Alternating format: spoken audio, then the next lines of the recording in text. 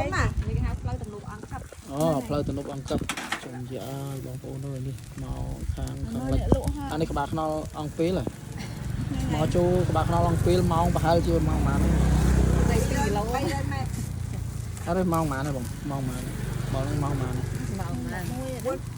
ឈ្ងួយអត់បងប្អូនឈ្ងួយអត់នេះក្លិនទៅនេះដឹងដល់ពេញអត់នេះចិត្តដល់ពេញដឹងដល់ទៅនេះបងប្អូនចូលមកតាមអីគេខ្លោងពីវត្តអង្គពេលប្រហែល 4-500 ម៉ែត្រម៉ោងមកហ្នឹងមកអត់ចេះខុសជាតិមកនេះគ្រាន់ឃើញជាតិមកសុកពេញយើងព្រៀបបានទេណាមានអត់ជូរទៀតអែមមកនេះជាតិ